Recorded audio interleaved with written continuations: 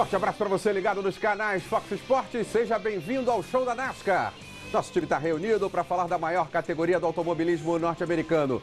Funil apertando na Sprint Cup, vamos para a última prova. E quem vai para os Chase? Será que teremos novidades? Comigo aqui no programa mais uma vez o Rodrigo Matar e o Sérgio Lago. Sérgio, seu destaque no programa. Tudo bem, Sérgio? Tudo bem, Hamilton. Oi, Matar. Alô a todos que nos acompanham. Meu destaque vai para o Festival de Nostalgia em Darlington. Carros belíssimos, pilotos do passado prestigiando a prova que relembrou principalmente os anos 70 e 80. E a etapa de Darlington, apesar de um pouco longa, teve muita movimentação. Imagens belas que você vai ver aqui neste programa. Olá, Rodrigo, tudo bem? Olá, Milton, Sérgio Lago, amigos que nos acompanham em casa. Meu destaque vai para a varrida da Gibbs. Venceu as duas provas em Darlington, Denny Hamlin dominou tranquilo e Cal Edwards, quem diria, foi o vencedor nessa corrida bem movimentada da Sprint Cup. E começamos com esse assunto, a varrida da Gibbs. Começamos com Denny Hamlin em Darlington na prova da Xfinity Series, ganhando a corrida e levando muito bem a prova, hein, Sérgio Lago? Realmente ele foi absoluto, né? Ele começou na frente, liderou o maior número de voltas, apenas em um momento, em dois momentos ele ficou para trás, num em que ele ficou atrás do Kevin Harvick, que foi numa batalha mesmo na pista, mas logo ele recuperou a liderança e depois aí ele sozinho, né, ultrapassando o Derek Cope, e na outra vez foi numa parada em bandeira verde. Então realmente aí, inevitavelmente ele ficou, até porque houve um erro da equipe, não completaram o tanque dele e ele teve que parar antes dos outros pilotos, mas felizmente não veio nenhuma bandeira amarela. E aí deu Denny Hamlin na cabeça. Realmente o próprio Kyle Busch, depois da prova, disse: eu fiquei surpreso com o desempenho do Denny Hamlin. O Kyle Busch que largou lá de trás e acabou chegando em segundo. Quando a gente achava que ia ter o Kyle Busch show, o Denny Hamlin fez um corridão. Realmente esse duelo com o Harvick talvez tenha sido o único momento de excitação em briga pela liderança, né? Foi muito pouco, nem duas vezes, mas ele dominou a corrida, foi absoluto. Uma vitória incontestável do piloto do 20. Mais uma, quarta dele em Richmond. Esse é o momento da parada. Foi a última parada dele. Foi aquela que você mencionou, né, Sérgio? Ele parou antes dos outros. Todos pararam. Veio muito rápido. E o Harvick não deu sorte na sua parada. Ele voltou atrás. O Daniel Suárez foi para uma outra tática.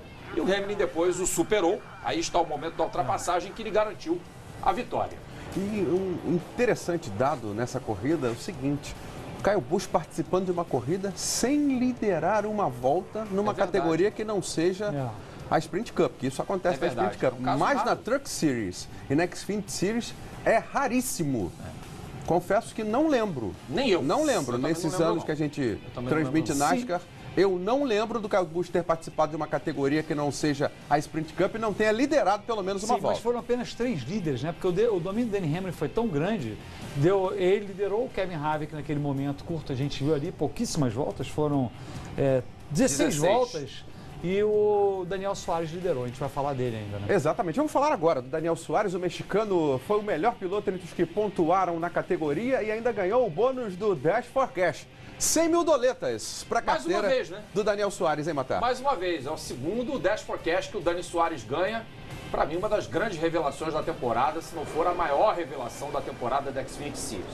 Mexicano andando bem, anda no bolo, é uma pista difícil. Ele teve alguns probleminhas no início, mas depois, com uma tática arriscada, mais inteligente de economia de combustível, ele conseguiu avançar e liderar aí 14 voltas. Se a prova tem 4 voltas a menos do que teve, você podia dizer que o Daniel Suárez ganharia. Teria vencido a prova. Mas o C não existe no automobilismo. Então o Dani Suárez até teve muito mérito em poder terminar em terceiro lugar, ser o piloto da Xfinity Series que marcou o maior número de pontos na prova. Isso é muito positivo para ele. E ele continua liderando a disputa do Calouro do ano com 243 pontos contra 214 do Darrell Wallace Jr. Com essa terceira posição aí, ele subiu bastante na classificação. Ele tá bem o Daniel Suárez na classificação geral.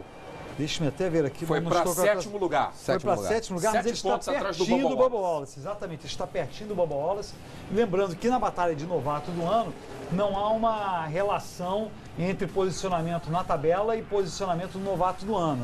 É uma série uma pontuação diferenciada. É uma pontuação diferenciada, por isso ele está atrás do Bubba Wallace numa e na frente na outra. Chris Buescher continua cada vez mais líder do campeonato, quinto colocado na prova.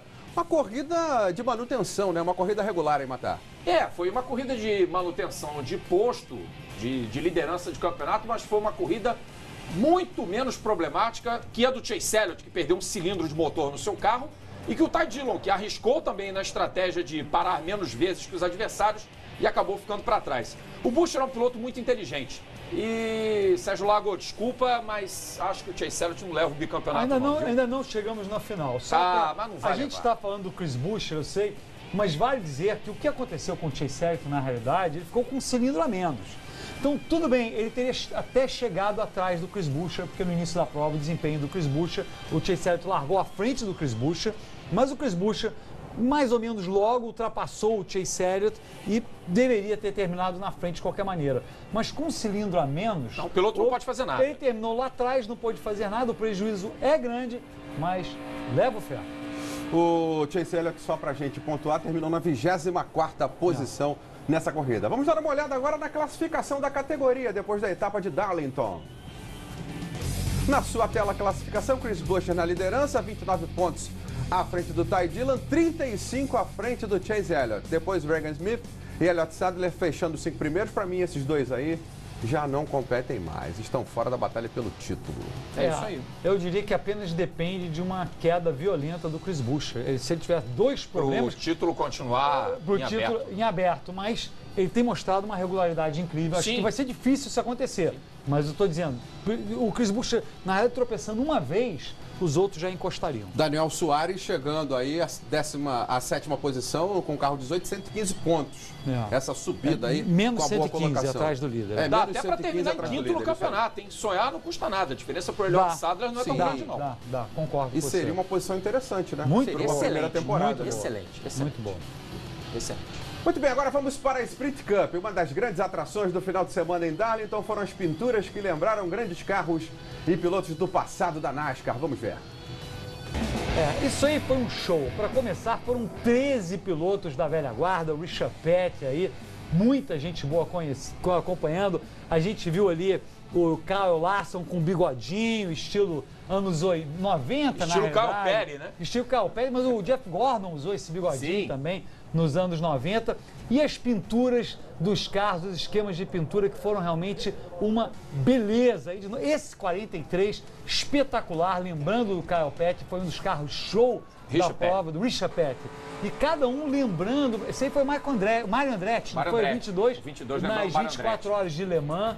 Enfim, esquemas belíssimos, foi um show visual à parte esta prova da Sprint Cup. Olha, eu tenho uma opinião de que o carro mais legal, mais bacana de todos foi o 42, lembrando Dias de Trovão. Ficou um grande barato o carro do Kyle Larson. Olha, para mim, eu não sei se a gente tem nesse clipe, esse carro aí. O 33, lembrando o Harry Gant. Para mim, o 33 foi o mais espetacular, porque aquele verdão, não tinha nada, não tinha patrocínio. Lá, Mark Martin, esse do Dale Earnhardt Jr. e esse lembrando o Harry Gant.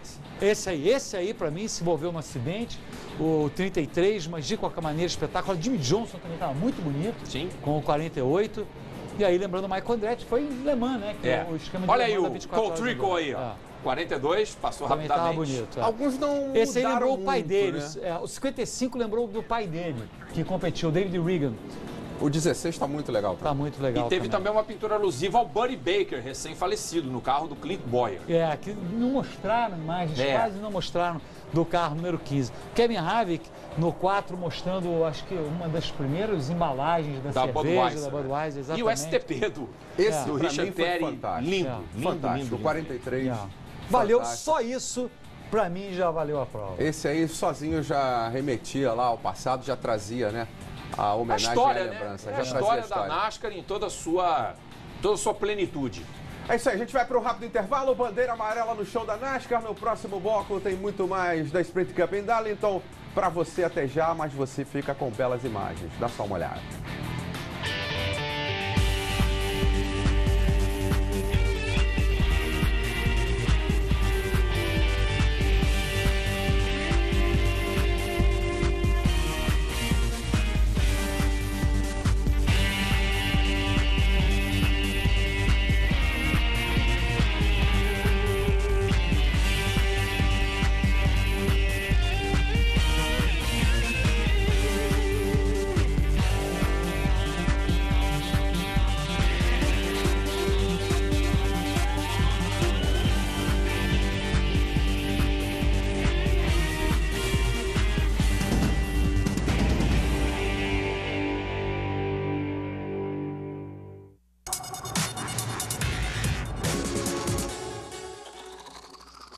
Você está no Fox Sports e o papo aqui no show da NASCAR é Sprint Cup. Nosso time está aqui reunido, estou com o Rodrigo Mattari e o Sérgio Lago, falando sobre a maior categoria do automobilismo norte-americano. Na última prova deu Cal Edwards, né? Cal Edwards não ganhava há um tempo e foi o vencedor com direito a backflip e tudo, fazendo a festa costumeira. Surpresa a vitória do Cal Edwards, Sérgio Lago, Rodrigo? Eu diria que sim. Eu diria que foi uma surpresa do Cal Edwards, pelo que a gente viu durante toda a prova. O domínio foi absoluto do Brad Keselowski, que ele liderou disparado o maior número de voltas. E logo no início, a gente vê o Cal Edwards lá em cima, ele ficou na pista e largou na frente, mas sem pneus novos, ele foi ficando para trás, teve que fazer uma parada não programada e ficou, aí ele vai ficando para trás, até o Tony Stewart, todo mundo foi ultrapassando o Cal Edwards. Mas me permita, Sérgio Lago, isso era bem no início, não era uma estratégia para poupar pneus no final? Não era uma estratégia, não. Foi um erro estratégico mesmo. Foi um erro estratégico. Foi um erro. Mas o que ajudou o Cal Edwards foi o número recorde de bandeiras amarelas, 18. Porque no início ele não recuperou as voltas perdidas, não. Mas o grande número de bandeiras amarelas eventualmente possibilitou o grande número que ele, recuperasse uma volta pelo Wave Around e depois recuperasse a outra pelo Lucky Dog. Aí, ele sendo ultrapassado já no final da prova, ele tinha conquistado a segunda posição do Kevin Harvick. O Kevin Harvick se recuperou e aí a parada decisiva. A última bandeira amarela da prova e a vibração da equipe, ele entrou em terceiro e voltou na frente. O Kevin Harvick entrou em primeiro e voltou em quinto, entrou em segundo e voltou em quinto. Então, realmente, aí o Cal Edwards, na relargada, foi melhor que o Keselowski, que o Denny Hamlin assumiu a segunda posição. A gente vê aí no finalzinho o Keselowski ainda tirou a segunda posição do Denny Hamlin. Foi uma vitória bonita, ele estava com um carro muito bom, foi espetacular. Mas totalmente inesperada dentro das circunstâncias. Mas a vitória foi desse time de mecânicos aí. Sim. A vitória foi desse time. Meio que consertando o erro estratégico que jogou ele 2 voltas atrás. Sim. Mas o que levou ele para a vitória foi a última parada. Ponto, acabou, não há dúvida nenhuma. Ele estava em terceiro, o Kevin Harvick estava chegando no Brad Keselowski, que sabe-se lá se ia conseguir ultrapassar ou não. Já tinha tentado, não tinha conseguido, mas o fato é que na parada o Cal Edwards levou. E o momento sobe som do show da NASCAR é com ele, o vencedor, o Cal Edwards. Vamos ver.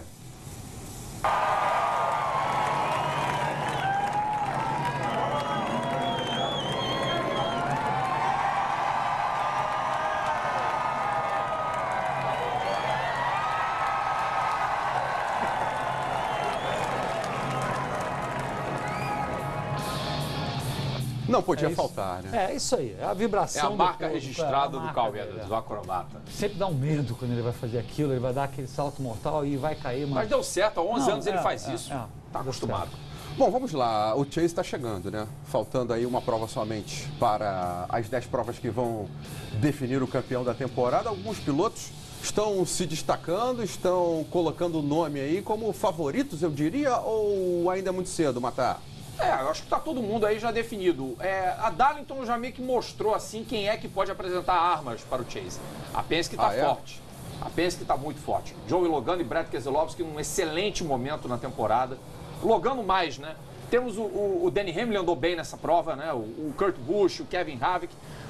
Todos os pilotos assim que têm mostrado uma performance sólida ao longo do campeonato foram muito bem nessa corrida. Especialmente o Brad Keselowski, mostrando uma recuperação que a gente esperava.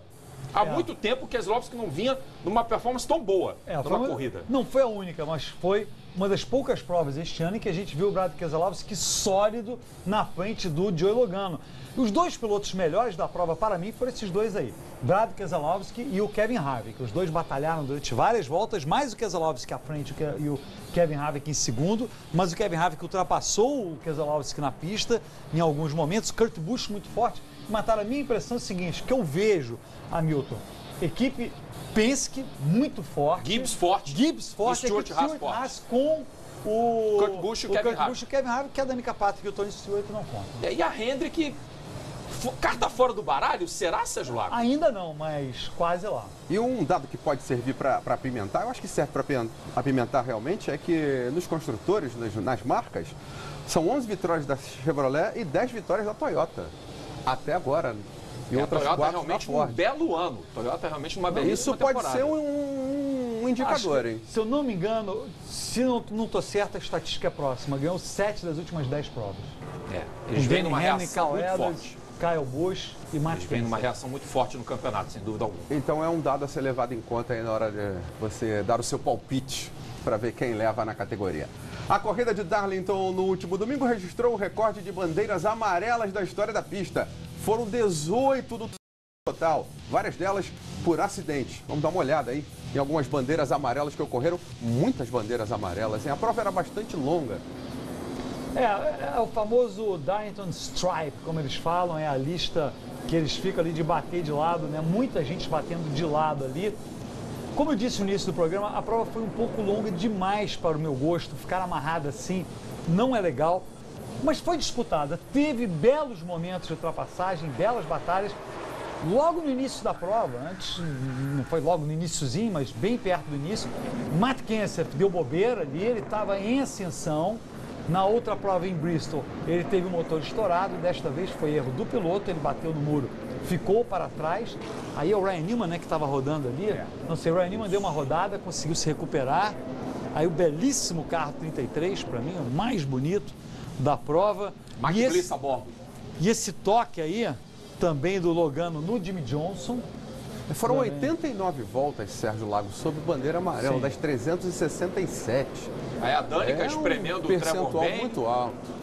Mas isso foi culpa do carro que estava na frente. que era o Austin Dillon. Era o Austin Dillon. Rick Stenhouse exatamente, Jr. também no seu habitat natural. E foi engraçado que a Danica Patrick tinha abandonado a prova e logo Seria um depois muro, né, no o carro. Rick claro. Stenhouse Jr., namorado dela, também foi Esse pro foi o muro. acidente que beneficiou o Kyle Edwards, com o Buschinho Foi e o Greg último, Biffle. foi a última bandeira amarela da prova. E a gente mostrou essas imagens para mostrar a salvada ali, espetacular do Buschinho, que não aconteceu nada com ele. Ainda terminou em sétimo. Chase Elliott não teve uma prova feliz, né? Não. Esse 9 também tá bonito, hein? Muitos contatos, esse aí do AJ Allmendinger em cima do Sam Horn Jr. Trevor Bayne, O Trevor Bayne deu ele. também com uma número- pintura alusiva ao Mark Martin, mas não deu muito certo, não. A inspiração não trouxe resultado. David Regan também teve O que bate algumas esse bandeiras David Regan amarelas. é uma grandiosidade. Foram duas, né? Duas pancadas do David Regan com 55. Essa aí terminou com fogo. Essa aí foi final. Realmente você não pode tapar o sol com a peneira, né? Uma prova com 4 horas e 28 acaba ficando um pouco cansativo, mas ninguém pode se queixar de movimentação. Foi uma corrida movimentada em todos os sentidos. Agora, fica a dúvida, Sérgio. A questão dessas bandeiras amarelas 18 e com a adoção do pacote aerodinâmico e com esses pneus, você acha que influenciou Eu acho alguma que coisa? influenciou. Eu acho que influenciou e não foi ruim, não. No final, alguns pilotos estavam super felizes, porque o controle, se você dar uma olhada ali, tudo bem, teve acidente com o Matt Kenseth, o Kurt Busch recebeu um toque, né? Quer dizer, no último que a gente mostrou, mas e o Jim Johnson também. Mas os pilotos gostaram do pacote aerodinâmico que devolve aos pilotos o controle do carro. Porque Isso. se você tem o carro perfeito, asfalto perfeito, a gente até já comentou aqui, não sei se no outro programa, durante a transmissão, eu pego o Foi carro durante a transmissão. e foi durante a transmissão e vou direto, e vou rapidinho. Você iguala os pilotos. E isso diferencia o bom do mau piloto. Eu O gostei. braço começa a aparecer mais intensamente, Exatamente, né? Você o tem o braço fator braço. aparece no bom e no mau sentido. Exatamente, Né? Exatamente. Você tem o braço duro e o cara que guia pra caramba. Mas eu acho que esse é o diferencial da competitividade, que Claro. faz a competitividade na categoria. Mais um momento sob som da NASCAR aqui no nosso programa. Vamos dar uma conferida. Clear the 43, just the 88, one behind him. Come on, one outside. Caution's out. Still down there, quarters. Spin, just keep coming, just smoke, you're fine. Caution's out. Olha aí, uma salvada atrás da outra. E os Isso. spotters, né? em ação. Foram dois visuais do acidente de Joey Logano e Jimmy Johnson. Jimmy Johnson rodou dos pilotos que vinham atrás. E os spotters funcionando. Danny Hamlin e Arik O tempo Almirola. inteiro. Cameron. Muito bem, vamos rever a classificação após 25 etapas, faltando uma somente para o Chase. Vamos ver como está. O bicho está pegando, olha aí. Temos pilotos com vitórias em amarelo e os pilotos em branco são os pilotos que estão classificados para o Chase por pontuação. Eu diria... A situação por pontuação é a seguinte: você tem uma diferença de 44 pontos entre o Jamie McMurray e o Clint Bowyer, que é quem está ali na bolha para ser eliminado. E a diferença do Bowyer para o Almirola é de 29 pontos nesse momento. Ou seja, nenhum está classificado matematicamente. O Jamie McMurray chegar em último e o Clint Bowyer lá na frente, o McMurray pode correr o risco de ficar fora. corre o risco de ficar fora, sim. O Bowyer não pode vencer. O Bowyer... Não, acho que ele tá, de repente, ele está classificado, sim. O Bowyer McMurray só precisa largar. Se vencer, se classifica de qualquer forma. De qualquer McMurray forma, só precisa largar. Só precisa largar, para estar exatamente. classificado. Exatamente. Só precisa largar um pontinho. É o mais garantido de todos. Se o Ryan Newman para baixo, aí a coisa começa a ficar um pouco complicada. Eu diria que ele, o Almirola e o Ryan Newman, o Jeff Gordon e o Paul Menard são Será? Não dá para acreditar muito não, porque essa pista de Richmond é cheia de armadilhas, é uma pista de 3/4 de milha, uma prova longa, complicada. Vocês acreditam num vitorioso inusitado? Não, eu não acredito não. Eu acho que vai ficar entre os que já venceram, mas os não é 10 que já venceram. impossível. Mas não é impossível, não é impossível. Porque tem alguns pilotos aí, sei lá, vai que o Kyle Larson explode, o Casey Kane é um, e aí a gente vê imagens de Richmond, né? Da prova que a gente teve provas anteriores. Vai ser uma prova noturna, vai ser uma prova bem interessante. 400 voltas, é um oval, como a gente vê aí, de compleição de 3/4 de milha. 1.200 metros. Curvas de 14 graus de inclinação, tem inclinação nas curvas, é uma pista que necessita o piloto ter muita paciência e principalmente andar no pelotão da frente. Sempre. Para evitar se envolver em confusão, em colisão, e sendo uma prova decisiva, chave para o campeonato, ninguém quer correr risco de ficar fora. Mas tivemos provas nos últimos anos, sempre a prova de Richmond teve alguma coisa acontecendo. Sim, basta lembrar a controvérsia, né, do Martin Truex Jr., né? Exatamente, por isso que eu não descarto que, Hamilton, se algum piloto fora daqui, tira o McMurray, mas se algum piloto fora dos que estão classificados no momento vencer fora desse grupo, a diferença ali do Clint Bowyer pro Jeff Gordon não é tão grande, não. O Gordon, se ele tiver um problema e 18 pontos entre ficar em último naquele 18 pontos, ficar em último nesse grupo, o Gordon dança. Agora, claro, se um piloto fora desse grupo de 16 que a gente está vendo vencer, que é difícil, mas não é impossível. Vamos ver, né? A gente acompanha isso tudo aqui ao vivo nos canais Fox Sports. Agora é hora do ranking do bolão, após a etapa de Darlington. Luciano Bido lidera com o Matheus Gama em segundo e o Marcos Frugero na terceira posição. Briga boa, hein? São só 3 pontos, hein? Entre o primeiro e o terceiro. Briga boa também é aquela ali entre os dois primeiros amarelinhos ali. São só 3 pontos. Só 3 pontos. Entre a minha posição e a do Rodrigo Matar. Depois vem o Thiago Alves e o Sérgio Lago crescendo vertiginosamente na posição 13. Melhorou essa melhor, não, já tive melhor. Melhorou, você andou na casa de 200 e tal, 75, né? 275. Mas tô em nova recuperação. 308 nessa altura do campeonato não é tão ruim assim. Força, Sérgio Lago. É isso aí, Sérgio Lago. Estamos com você. Somos todos Sérgio Lago. Uma curiosidade, apenas 4 fãs apostaram no Cal Edwards, que venceu a prova. E você pode participar com a gente, né? Você vai no site do foxsports.com.br, acessa o blog Reto Oposto, o blog do Sérgio Lago, e deixa lá o seu palpite para a próxima prova. Até a hora da bandeira verde, hein? Depois da bandeira verde, você não participa mais. Deposita lá o seu palpite, vem participar com a gente, vem brincar com a gente no bolão do show da NASCAR. Palpites, palpites, palpites. Querem que eu comece? Pode ser. Muito bem, eu vou votar no Kyle Busch.